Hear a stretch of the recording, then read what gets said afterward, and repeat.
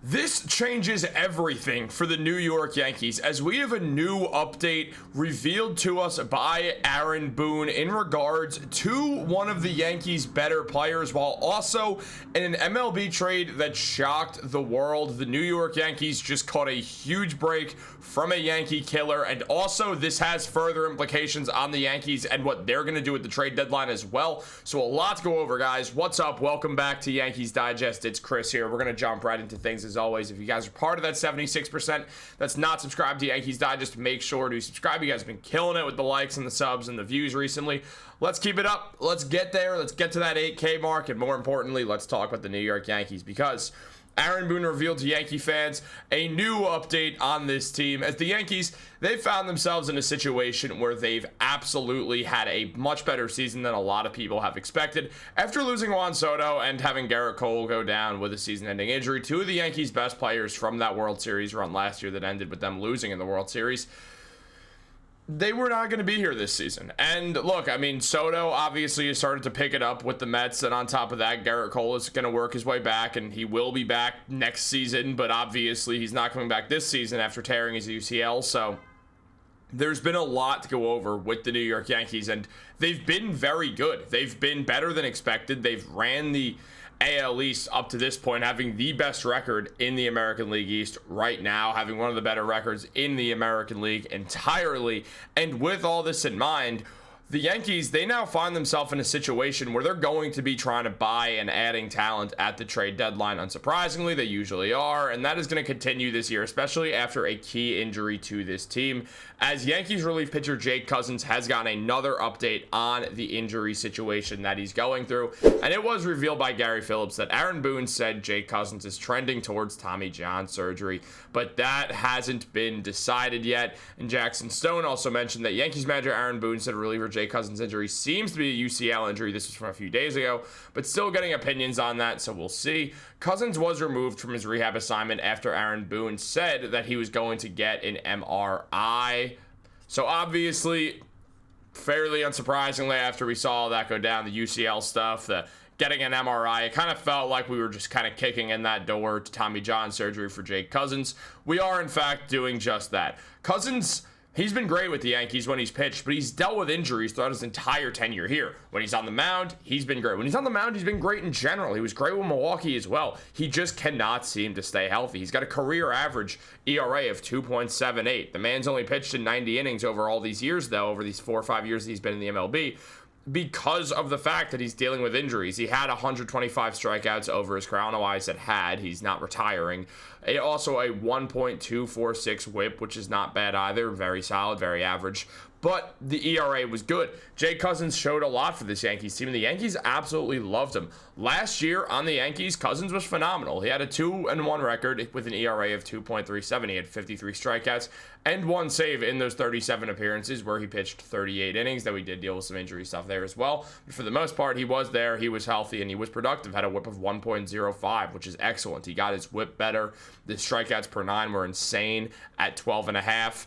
On top of that, he wasn't walking too many guys. He wasn't allowing too many home runs. He was doing a very good job, and 34% of batters who faced him ended up striking out. So Cousins did everything that you wanted him to do, and with all that in mind, it is an absolute kick to the mouth that now we're likely not going to see Jake Cousins pitched. I mean, the earliest, the end of 2026. So this feels like it very likely could be how Jake Cousins' tenure with the New York Yankees ends entirely. The Yankees do need more bullpen help, and they desperately need it, and this is going to have an impact on the trade deadline as well, as now we know what they're going to be going after. I mean, Aaron Boone already said they were going after it, but it's no secret now what we're going to look at. I mean, Luke Weaver's also down with an injury, though he should be back fairly soon. He's already hit the mound a few times since hurting his hamstring, but he's got a 1.05 ERA this season with a whip of 0.701, which is insane. He's got 8 saves in that span, and also we are seeing Devin Williams pitch better, but at the same time, we know the Yankees are going to target a bullpen arm and probably another starter as well when they come to the deadline. I'm expecting this deadline to be pretty crazy for the Yankees. I do think they'll make a few different trades,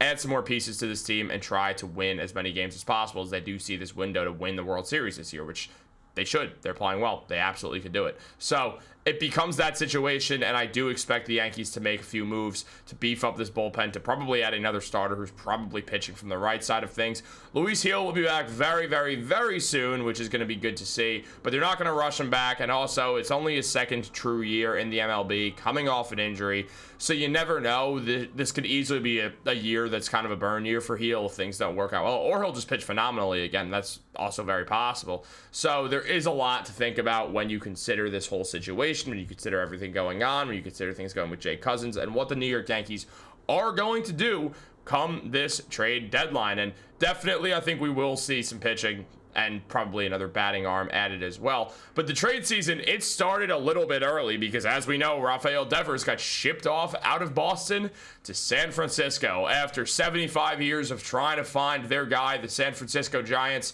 find their superstar. They've been looking to land a star player forever. They almost got Aaron Judge. They actually did sign Arson Judge, but not Aaron Judge, unfortunately. On top of that, actually, well, unfortunately for them, obviously not for us. We're Yankee fans, so we kind of get to keep the best player since Barry Bonds. Pretty sick for us. Maybe we could win him a ring. We could try that. That'd be sick.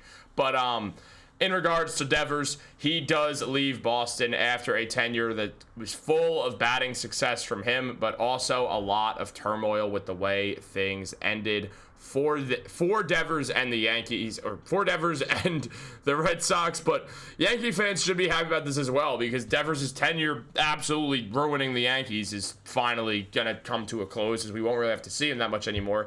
Devers was nothing short of phenomenal against the Yankees, and this was brought up multiple times in regards to the trade. I mean, as Max Goodman mentioned, Devers has been one of the league's best Yankee killers since he made his debut back in 2017. Factoring in the home run he had off Max Fried in the 5th inning on Sunday, Devers swatted 31 homers against the Yankees over 119 career games. He's hitting .270 with 120 hits, 78 RBIs, and 79 runs scored in that span. On top of that, we see, as Max Goodman also said, injured ace Gerrit Cole must be jumping for joy as well. Devers has famously had the right-hander's number over the year with a .350 batting average, 14 for 40 with a 1.410 OPS and 8 home runs against Cole in the regular season. Devers will face the Yankees for only 3 games every season for much of the next decade, unless New York plays San Francisco in the World Series. We are not really going to be seeing Rafael Devers suit up against the Yankees much anymore, which is a huge relief because it hasn't just been Cole. I mean, Cole's been the number one guy for it, and look, last season, Cole's ERA would have been under a 3 had he not had those starts against the Mets when he just collapsed, and that was pretty much instantly, too. He just had a terrible outing against the Mets last year. And then outside of that, having played the Red Sox because he just could not figure out Rafael Devers, no one's really been able to solve the puzzle that is Gerrit Cole for much of his career. He does allow some home runs here and there. Rafael Devers has been able to solve the puzzle of Gerrit Cole just consistently. The man just had Gerrit Cole's number, and that happens in sports. Happens in every sport that for some reason, no matter who it is, you just absolutely destroy someone. It's just a thing that goes down. I mean, we saw that it transcends sports. We've seen it multiple times. I mean, one example that I like to use, because on top of being a Yankee fan, I'm a Knicks fan. Make sure to subscribe to Knicks Digest if you're not. And like James Harden, just always good against the Knicks, just always put up great games against the Knicks. It's one of those things, given the Knicks sucked for a while and the Yankees haven't really ever sucked outside of a few years here and there. Mind you, we still went over 500 because it's the Yankees. No under 500 happening here. But Devers has had the Yankees number. It's been evidently clear, and now the Yankees no longer have to deal with Devers ever showing up, or really showing up very often. In his career thus far, or in his 2025 thus far, he's had 272 at-bats with 74 hits, 15 home runs, and batting a .272 average. He's got 58 home runs, 1 stolen base, and a .905 OPS with an OPS plus a 152. Rafael Devers is a very, very good player. There's no way around it. But now he no longer is on the Boston Red Sox, which is huge for the New York Yankees because, as we know, when it comes down to this record, the Red Sox were viewed as one of the teams that had the best chance of winning the American League East. A lot of people were pegging the Red Sox and the Orioles to be at the top of the AL East, though a lot of that's also just anti-Yankee bias, which is fine. That's normal. But with what happens now, we're seeing both those teams at the bottom of the American League East. The Baltimore Orioles decided that they didn't care if they signed any pitchers or not and kind of let Corbin Burns walk after trading for him just a year prior. Boston just is not having the year they thought they'd have. Obviously, Alex Bregman going down with that injury is an issue, and he's probably going to be out for the next couple months as well. He's not coming back anytime soon. On top of that, now Devers is gone. they have lost some talents already. They lost both their third basemen after having two, and one of them causing so much problems that it led to this thing going down. I mean, look, we saw Julian McWilliams, who's works for CBS Sports in Boston, or maybe NBC, I forget. One of them. One of the three letters. But as McWilliams mentioned, Devers then showed up to camp out of shape after Bregman got signed. And when asked if he'd consider moving to third base, he responded simply, "No, I play third," or moving off of third base, I should say. He said, "No, I play third." Ultimately, he did make the move to designated hitter, but it didn't come without gripes. Devers was asked to take grounders at both third and first in spring training. He declined and instead asked for a trade. That request set the wheels in motion for what became a growing divide between the Sox's best player and the front office, led by Chief Baseball Officer Craig Breslow. And now we see Devers get moved across the country to San Francisco, California, where he likely will spend a lot of time at third base. Now, obviously, Matt Chapman is there, so for right now, what we'll probably see is Devers playing some more DH, but at the same time, we could see Chapman become a bit more expendable. If Chapman does become expendable, watch out for the Yankees to trade for him. We will do a full video on that as well, but get ready for that. That will become something that's very real. He's an excellent fielder, one of the best fielders in baseball. On top of that, got some pop in that bat, talented hitter, good base runner, bats right-sided, or bats righty, I should say. Bats right-sided. Bats righty, so that'll be something as well the Yankees will look at, so be ready for that. Now the Yankees have less competition in the American League East, so be ready for them to try to buy even harder so they can confirm that they are going to get that American League East win once again, not have to deal with the wild card, evade another round of the playoffs where they could potentially lose, and then get into that ALDS and start doing their thing. And guys, if you're liking what we're doing over here, make sure to subscribe, turn on post notifications. Have a great day, and go Yankees.